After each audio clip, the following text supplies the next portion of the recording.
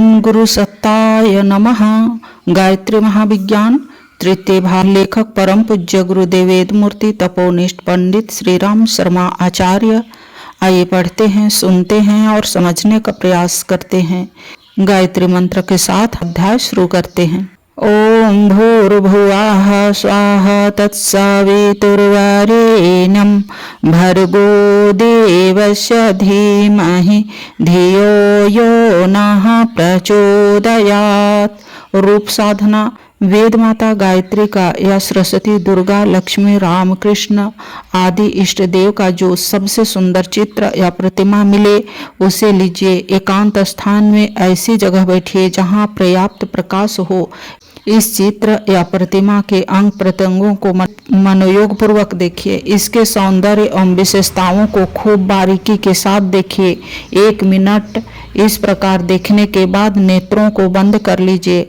अब उस चित्र के रूप का ध्यान कीजिए और जो बारीकियां, विशेषताएं अथवा सुंदरताएं चित्र में देखी थी उन सब को कल्पना शक्ति द्वारा ध्यान के चित्र में आरोपित कीजिए। फिर नेत्र खोल लीजिए और उस छवि को देखिए। ध्यान के साथ साथ ओम मंत्र जपते रहिए। इस प्रकार बार बार करने से वह रूप मन में बस जाएगा। उसका दिव्य नेत्रों से दर्शन करते हुए बड़ा आनंद आवेगा। धीरे धीरे इस चित्र की मुखाकृति बदलती मालूम देगी। हंसती, मुस्कुराती, नाराज होती, अपेक्षा करती हुई भावभंगी दिखाई देगी। यह प्रतिमा स्वप्न में अथवा जागृत अवस्था में नेत्रों के सामने आवेगी और कभी ऐसा अवसर आ सकता है जिससे प्रत्यक्ष साक्षात्कार कहा जा सके। आरंभ में यह साक्षात्कार धुंधला होता है, फिर धीरे धीरे ध्यान सिद्धि होने से वह छवि अधिक स्पष्ट होने लगती है। पहले दिव्य दर्शन ध्यान क्षेत्र में ही रहता है, फिर प्रत्यक्ष परिलक्षित होने लगता है। दूसरा, किसी मनुष्य के रूप का ध्यान जिन भावनाओं के साथ प्रबल मनोयोग पूर्वक किया जाएगा उन भावनाओं के अनुरूप उस व्यक्ति पर प्रभाव पड़ेगा। किसी के विचारों को बदलने, द्वेष मिटाने, मधुर संबंध उत्पन्न करने, बुरी आदतें छुड़ाने, आशीर्वाद या शाप से लाभ हानि पहुंचाने आदि के प्रयोग इस साधना के आधार पर होते हैं। तांत्रिक लोग विशेष कर्मकांडों एवं मंत्रों द्वारा किसी मनुष्य का रूप आकर्षण करके उसे रोगी, पागल एवं वशवर्ती करते देखे गए हैं। तीसरा, छाया पुरुष की सिद्धि भी रूप साधना का एक अंश है।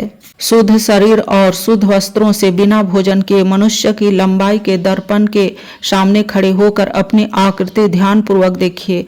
थोड़ी देर बाद नेत्र बंद कर लीजिए और उस दर्पण की आकृति का ध्यान कीजिए। अपनी छवि आपको दृष्टिगोचर होने लगेगी।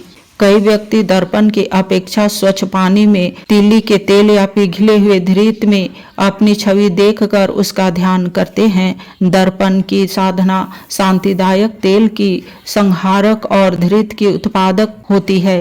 सूर्य और चंद्रमा जब मध्य आकाश में ऐसे स्थान पर हों कि उनके प्रकाश में खड़े होने पर अपनी छाया 3 हाथ रहे, उस समय अपनी छाया पर भी उस प्रकार साधन कल्याणकारक माना गया है। दर्पण जल, तेल, धृत आदि में मुखाकृति स्पष्ट दिखती है और नेत्रबंद करके वैसा ही ध्यान हो जाता है। सूर्य चंद्र की ओर पीठ करके खड़े होने से अपनी छाया सामने आती है। उसे खुले नेत्रों से भली प्रकार देखने के उपरांत आंखें बंद करके उसकी छाया का ध्यान करते हैं। कुछ दिनों के नियमित अभ्यास से उस छाया में अपनी आकृति भी दिखाई देने लगती है। कुछ काल निरंतर इस छाया साधना को करते रहा जाए तो अपनी आकृति की एक अलग सत्ता बन जाती है और उसमें अपने संकल्प एवं प्राण का सम्मिश्रण होते जाने से वह एक स्वतंत्र चेतना का प्राणी बन जाता है। उसके अस्तित्व को अपना जीवित भूत कह सकते हैं। आरंभिक अवस्था में यह आकाश में उड़ता या अपने आसपास फिरता दिखाई देता है। फिर उस पर जब अपना नियंत्रण हो जाता है तो आज्ञानुसार प्रकट होता तथा आचरण करता है। जिनका प्राण निर्बल है उनका यह मानस पुत्र छाया पुरुष भी निर्बल होगा और अपना रूप दिखाने के अतिरिक्त और कुछ विशेष कार्य न कर सकेगा। पर जिनका प्राण प्रबल होता है उनका छाया पुरुष दूसरे अदृश्य शरीर की भांति कार्य करता है। एक स्थूल और दूसरे सूक्ष्म देह, दो प्रकट देहें पाकर साधक बहुत महत्वपूर्ण लाभ प्राप्त कर लेता है। साथ ही रूप साधना द्वारा मन का वश में होना तथा एकाग्र होना तो प्रत्यक्ष लाभ ही है। आज के वीडियो में नहीं, अगले वीडियो में रस साधना के बारे में पढ़ेंगे और समझेंगे। लाइक, सब्सक्राइब और शेयर करें। धन्यवाद। ओम शांति।